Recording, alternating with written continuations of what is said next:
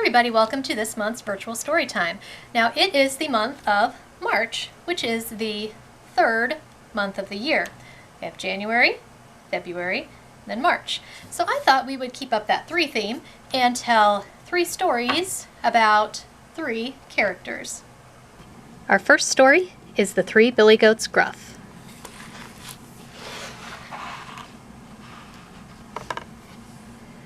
Three billy goats, so the story goes, were grazing in a fresh, fragrant field, munching on grass and thinking of finer things. Gruff! Snapped the biggest billy goat, ripping up some turf.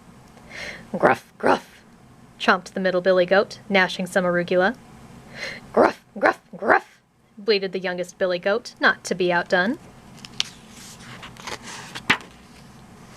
To no one's surprise, the 3 billy goats called themselves Gruff.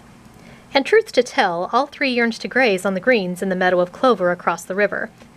But to get over there, they had to cross a bridge, which wasn't so bad, but under the bridge lived a terrifying troll with eyes like burning coals and a nose like an old acorn squash. The troll was wicked enough to frighten off even the bravest of travelers.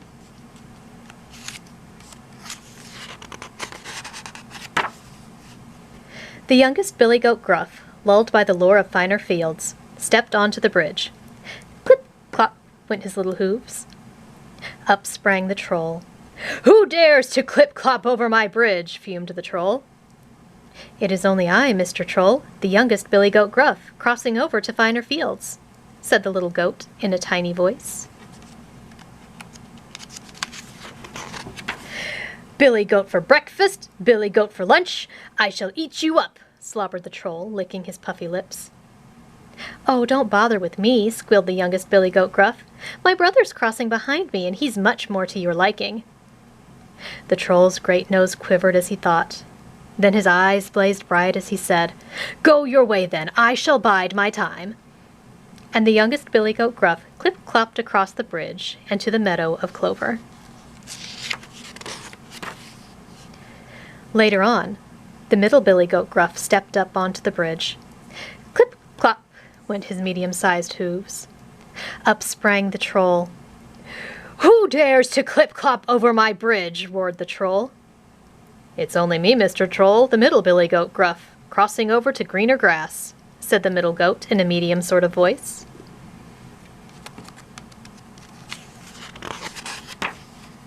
"Billy goat for breakfast, billy goat for lunch, I shall eat you up," trilled the troll, rubbing his bloated belly.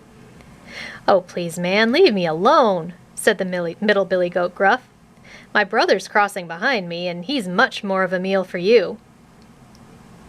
The troll thought again, tapped his nose and hefted his belly. "Go your way, then. I shall bide my time." And the middle billy goat Gruff clip-clopped across the bridge and into the meadow of clover.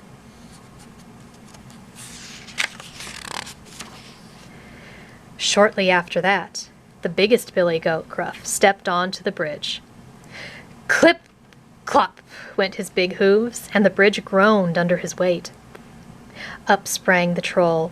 "Who dares clip-clop over my bridge?" bellowed the troll. "It is only I, Mr. Troll, the biggest billy goat Gruff, crossing over to more verdant victuals. Billy goat for breakfast, billy goat for lunch, billy goat, munch, munch, munch, I shall eat you up."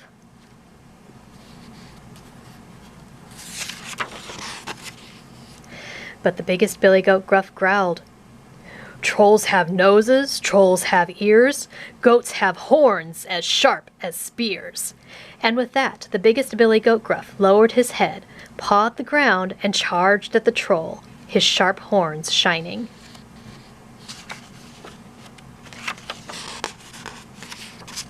He butted the troll up in the air, over the bridge, and into the river. The troll sank like a stone and was never seen again. The 3 billy goats Gruff, so we're told, are still there grazing in both fields now, and growing fatter every day. The end. The next story is the Three Little Pigs.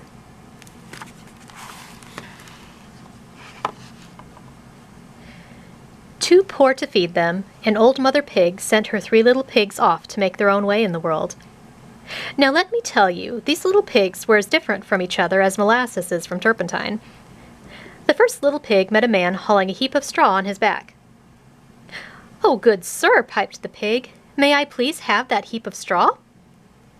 Well, the day was hotter than a firecracker, so the man gladly parted with his burden, and the little pig built herself a fine flaxen house.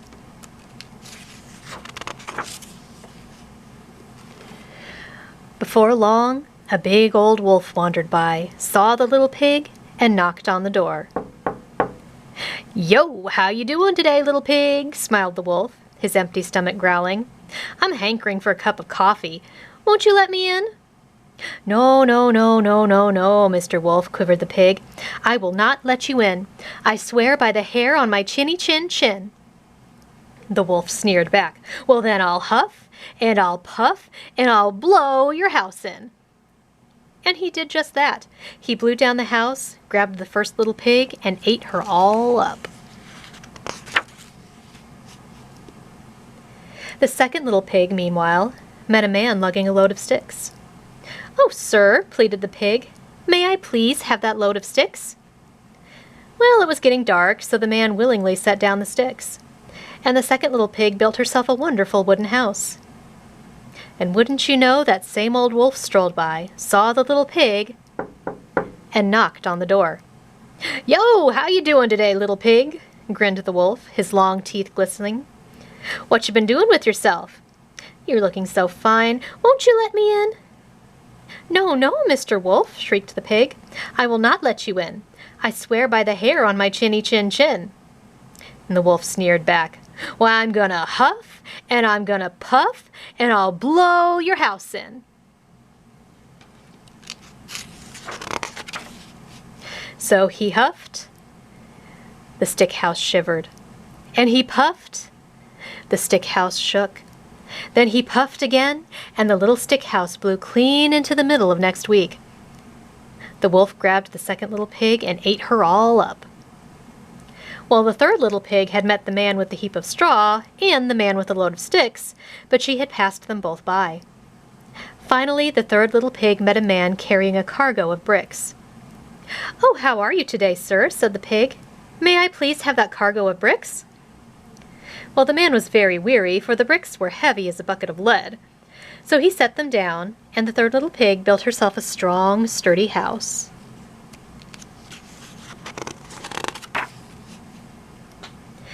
By now, sensing a trend, the wolf was on the prowl for little pigs in flimsy houses. Pretty soon, he spied the third little pig and knocked on the door. "Yo, pig!" barked the wolf, not wasting time on pleasantries. "Let me in."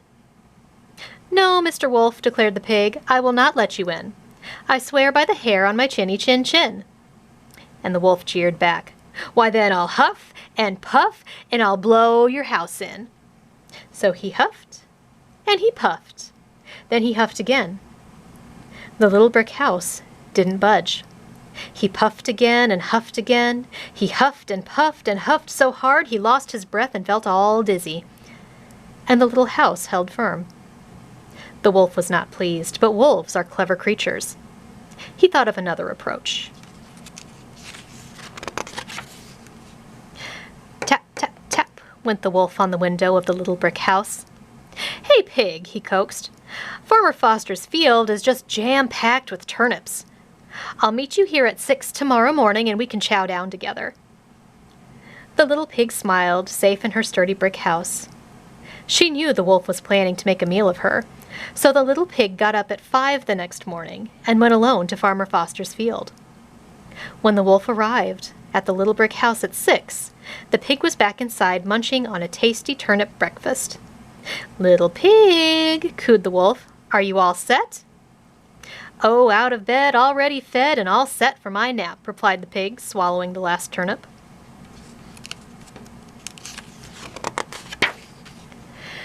The wolf wasn't pleased, but wolves are clever creatures. He thought of another approach. "Oh, yeah, cool, little pig, that's cool," said the wolf. "But there are ripe, juicy apples fairly falling from the trees over at Fortunate Orchard. I'll meet you there at 5 tomorrow morning, and we can go have some breakfast together." The little pig smiled. She got up at 4 the next morning and went alone to the Fortunate Orchard. She was high up in a tree picking apples when the wolf arrived. "How's the fruit?" asked the wolf, seeing the pig way up out of his reach. "Oh, ripe and red and better than you said," announced the pig, gnawing at an especially appealing apple. "Why don't you try one for yourself, Mr. Wolf?" With that, the pig hurled an apple as far as she could to the far side of the orchard. Now, besides being clever, wolves are creatures of instinct. So when he saw the apple soaring across the orchard, the wolf, just like a yard dog, bounded off to fetch it. With the wolf at the edge of the orchard, the little pig slid down the tree and scurried home as fast as a grasshopper on a griddle. The wolf returned to the tree, and he realized he'd been tricked again. He was not pleased, but wolves are clever creatures. He thought of another approach. "How you doing, little pig?" cajoled the wolf later on, tapping at the window of the little brick house.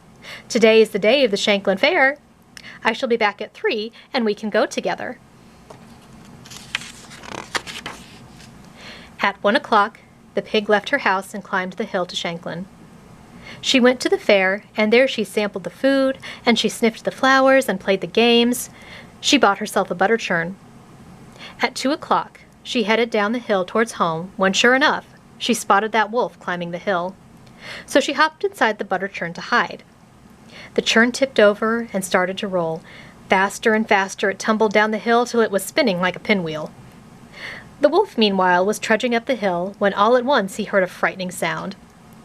He looked up and saw, just for an instant, a blur of whirring wood.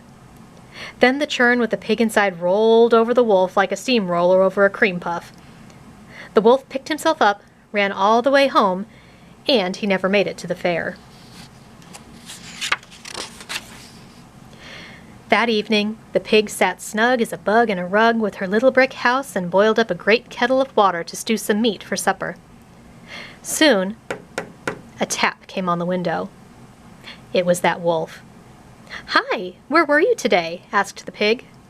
"Oh, a great wooden monster came roaring down the hill from Shanklin and trampled me under his hooves," explained the wolf, still picking splinters from his backside. "Oh, wooden, you say, Mr. Wolf?" wondered the pig. "Wooden, yes, and big as a barn," marveled the wolf. The pig laughed. "It was I who frightened you. The barn that battered you was only the butter churn I bought at the fair." The wolf felt humiliated and turned suddenly furious. "This is too much, you little ham hock," he bellowed, and he leapt onto the roof of the little brick house. "I'm coming down the chimney, and I'm going to bite you so hard it'll hurt your parents, and then I'm going to eat you all up." Whistling calmly, the little pig walked across the room to the fireplace and lifted the lid off the boiling kettle of water. And just then the wolf came roaring down the chimney and landed smack in the middle of the boiling water.